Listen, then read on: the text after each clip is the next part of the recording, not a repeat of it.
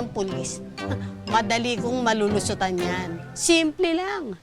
Oh, mamang pulis, chief, pasensya ka na kasi ito lang kasi yung pwede kong gamitin para makaalis-alis ako, makapamalengke. Kung hindi, parang wheelchair ko na. Maawa ka naman sa akin, mamang pulis. Oh, ano?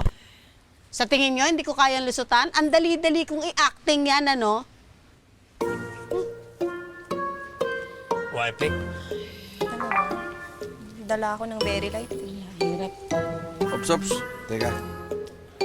Tol, may di-deliver lang ako ah. Mamaya natin tuloy pag-uusap para umayaw na si Tita Mo ka sa e-bike na yan. Paplanuhan namin kung paano namin nakausapin to.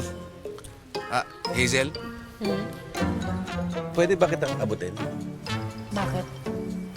Kasi pangarap kita eh.